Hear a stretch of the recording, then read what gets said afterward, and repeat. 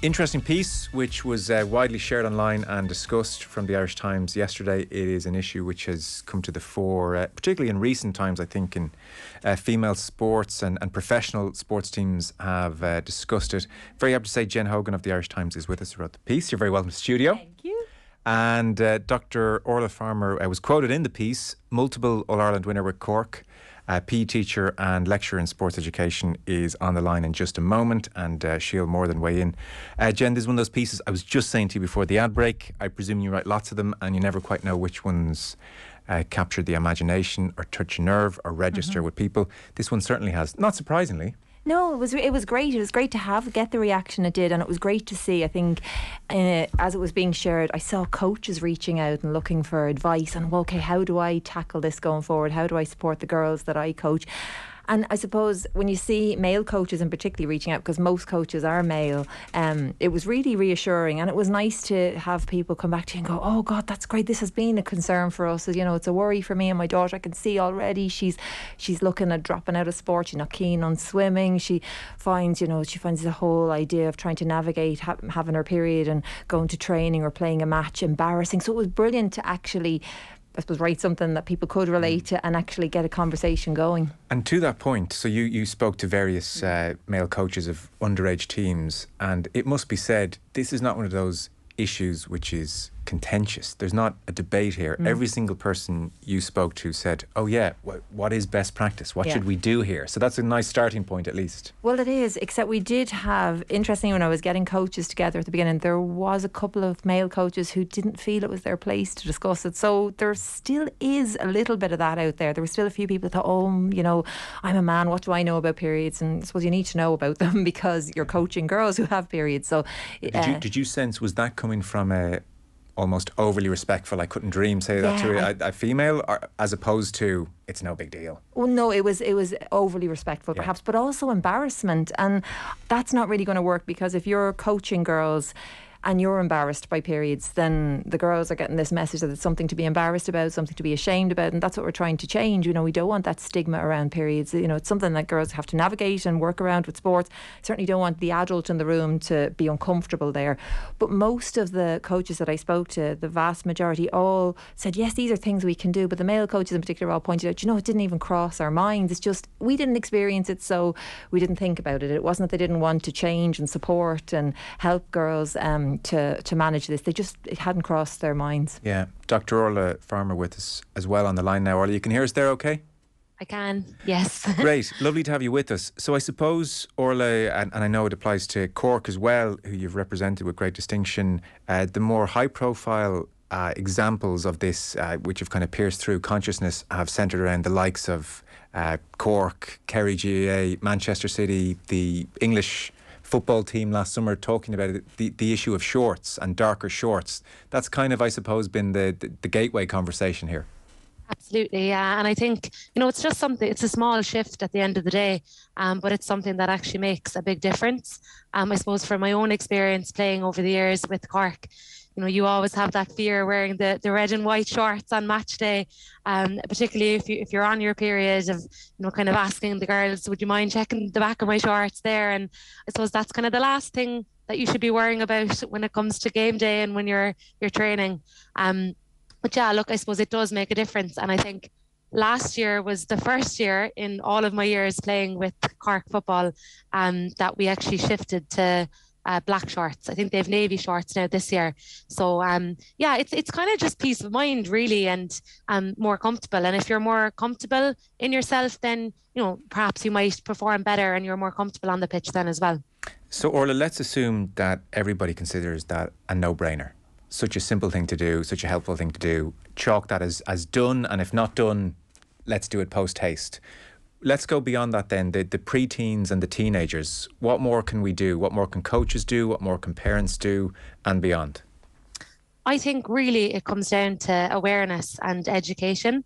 I suppose, you know, coming from my own background of my own research on girls and being a teacher, teaching young girls as well, I think it's just, you know, creating that culture and normalising it and actually educating young girls first before the coaches, educating the young girls on the effects that periods have on their physical body, psychologically, emotionally, and I suppose becoming autonomous and actually wanting to track your own periods and to understand your own body as well, and kind of prepare, because every month you're going to have a period. So what can you do to the best of your ability, sleep wise, nutrition wise, communication wise? If you're not feeling 100%, can you maybe talk to your coach? Are you comfortable with talking to your coach? Normalizing that.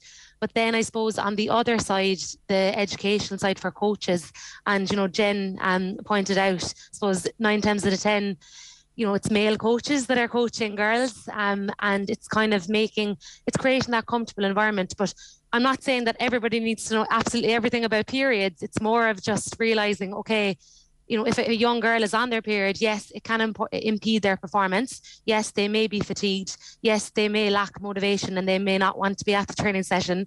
They may be aggravated. There's loads of things going on. So it's more of just awareness. If they're not performing at a training session or a match, if they're kind of looking a bit sluggish than usual, then perhaps they're on their period. And it's just creating that environment, I think, having that open communication. It's not that you have to go into detail. It's just recognizing and being aware and having a small bit of education around, I suppose, the effects that it can have on young girls. Yeah.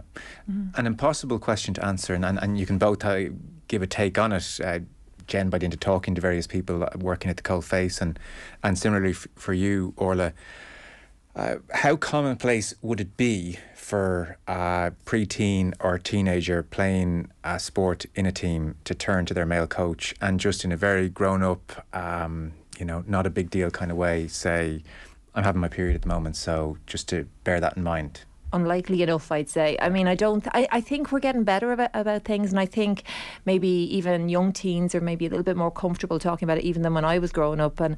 But I don't think particularly young girls, and of course girls are getting their periods much earlier now, will be comfortable saying this to a stranger. They might even find it a little bit difficult to say it to a woman, never mind to a man. So I think that's why it's so important to have things like period products so visible, even within clubhouses and around the place, and to have these conversations. I think it's going to have to be adult-led to try and reassure the girls that it's okay to say this. I also think it was pointed out by Dave Paul, who was one of the coaches that I interviewed from Granada, and he said they have conversations at the beginning, or they had a conversation at the beginning of the season talking to the parents about the changes that were coming towards girls, and saying to the parents, look, just tap me on the shoulder, just let me know if she's having her period and maybe she's not in the best of form, she's not feeling great. I'll know then, and I can make accommodations accordingly. And he even talked about having period products available that the girls can just go to the bag and take it and work independently without having to go and draw attention to the coach. I suppose that's where maybe parents will have to step in until we get to a stage that the girls are comfortable enough to flag it to their coaches themselves if there's an issue. Yeah.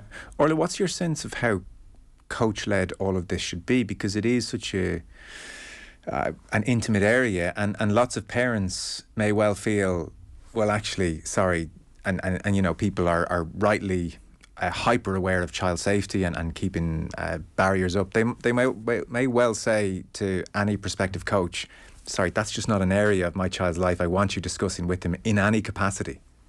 Yeah, I suppose it's kind of a grey area really when you think of it, but I always look at it as kind of like a triangle, having like, I suppose, the coach, the player and the parents. If you can involve all three in terms of communication, I think you can go a long way that way.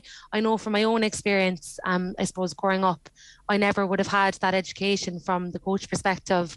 I suppose, as a young girl playing, being involved with Cork over the years, we would have had workshops and stuff, people coming in to talk about, the importance of nutrition and hydration around the time of your period, the different effects that it will have at the different time cycles and things like that. But I suppose really it's kind of an area where you just have to communicate. There's no set, I suppose, plan, and there's no set plan of action, that it's going to vary and it's going to be very different with different groups. And some male coaches may not be comfortable or confident with speaking with parents, so it's just kind of putting out the feeders at the start of the year, having that communication and coming up with an action plan that works best for that particular team as well and that environment. And I do think what Jen was saying as well, even just having the period products in the dressing room. Most teams, if not all teams, with male coaches are going to have a female liaison officer as well. Yeah. So I suppose they could be almost a mediator between the male coach and the player as well. And I would have found the female liaison officer with Cork as well over the years very helpful in terms of just communicating that.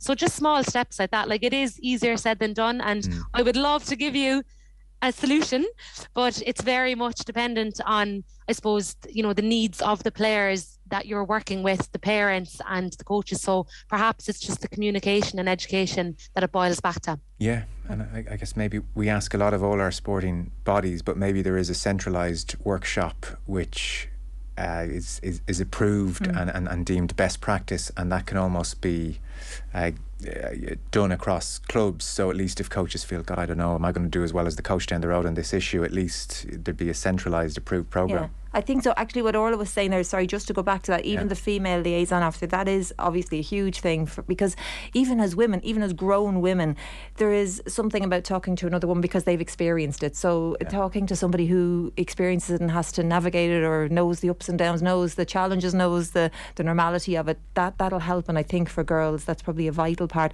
I do think, I agree with you. I think kind of some sort of centralised service that's educating coaches, educating clubs, educating even parents on how to support their girls as well, and because not all, I suppose, girls are more involved, which is a great thing. We value girls' sports more perhaps than we did in years gone by, and in terms of keeping our girls in sports, it's something that's really necessary, because we know the drop-off rates for teenagers. We know boys as well also drop out of sports, but they drop out at a much higher rate, girls do. So it's something that we have to tackle. Orlagh will know more than me that there are lots of reasons why girls drop out of sports, but periods play a role in girls', I suppose, difficulties around sports at particular times of the month. Yeah, because your piece, Jen, makes the point, having spoke to different stakeholders, I suppose, that fears of leaking, cramps and inability to use tampons yet, just some of the reasons parents give when you asked if their daughters missed out on playing sports. And there's a really interesting quote even from Trish Carney, who we've spoken to on the show, and people will know,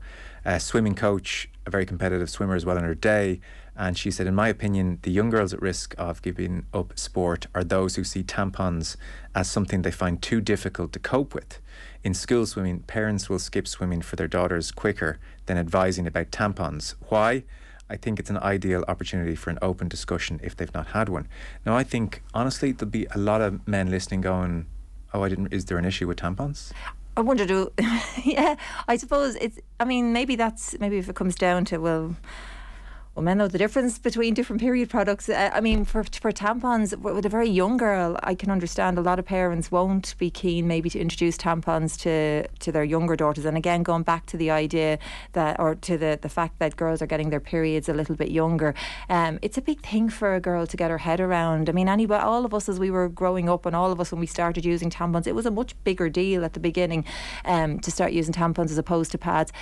A lot of mothers also, when they answered me on this, they said that they had their own difficulties using tampons, and they were probably fearful of making it an issue for their children. They're more invasive, clearly. They're more invasive. You put them inside you, so it's a bigger deal. The idea of asking a little girl to do that, it's very different, and it's they're already, particularly if they're very young and they're 10 and 11 and they're trying to get their heads, or 12, trying to get their heads around it. I'm going to bleed every single month. Yes. The idea of doing something like this, putting a tampon inside, can be off-putting. Trish is right. The idea, that if we can get girls using tampons, we're more likely to keep them in sports, particularly things like swimming.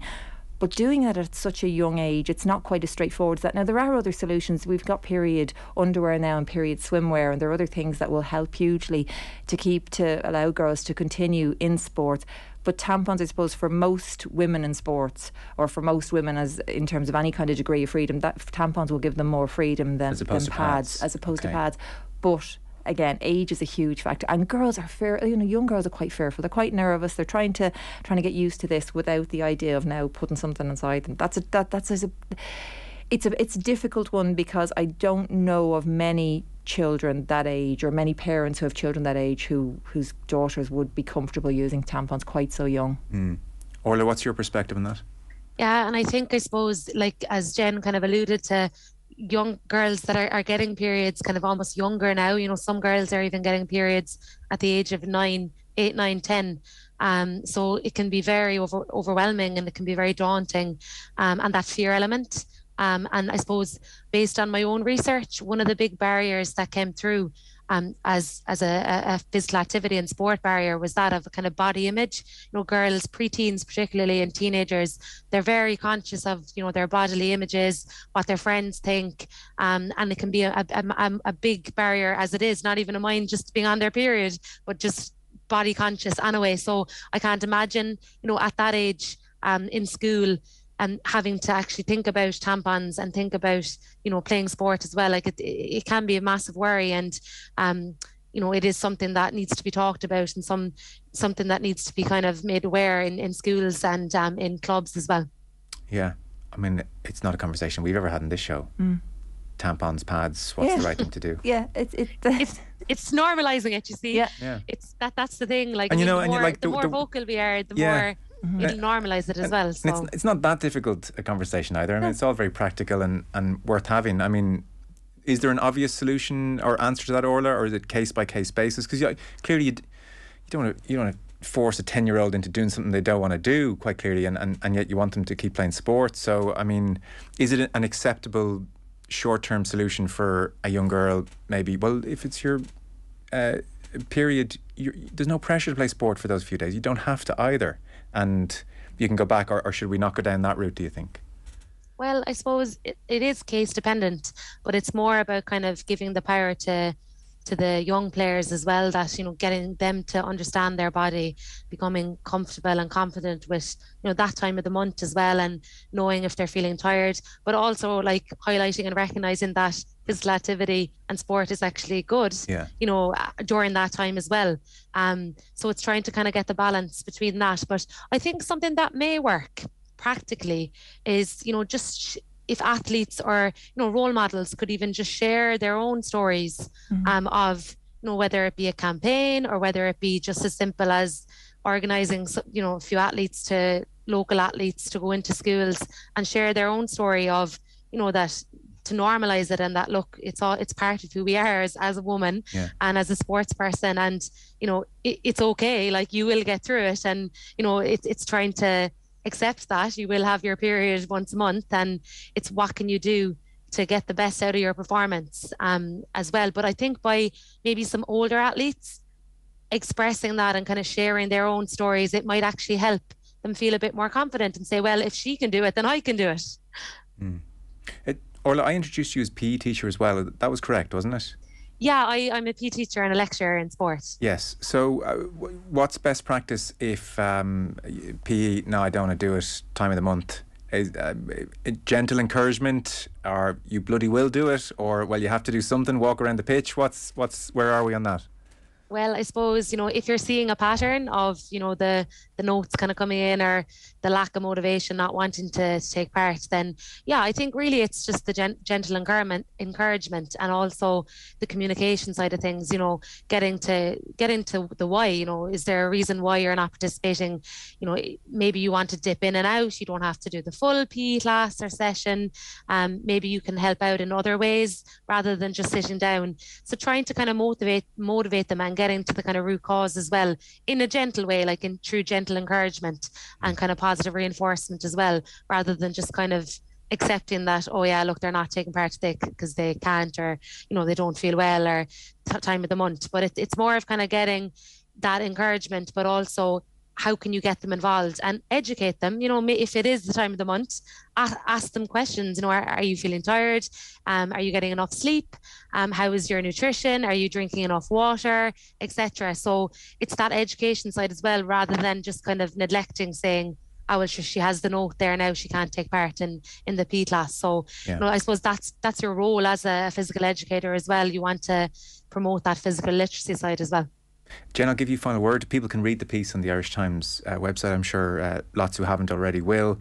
Are you encouraged by the general response to it? Very encouraged. As I said, it was great to see coaches reaching out. It was great to see parents having conversations. I suppose, like Orla said, it's about normalising things, and maybe schools is our place to start. We're going to have to normalise it for everyone. It's not just something for women. In mixed schools, boys are going to have friends and classmates who have their periods, and it's going to impact PE, and maybe that's a perfect opportunity for everybody to see. It's a normal part of life. We might need to make some accommodations, we might need to work around it, but there's no reason for it to be it doesn't need to be a reason for girls to drop out of sport. Okay, well, Jen Hogan of the Irish Times, thanks for coming to the studio, appreciate it. And Dr. Orlagh Farmer, multiple All-Ireland winner with Cork, PE teacher, lecturer in sports education, thanks very much to you both.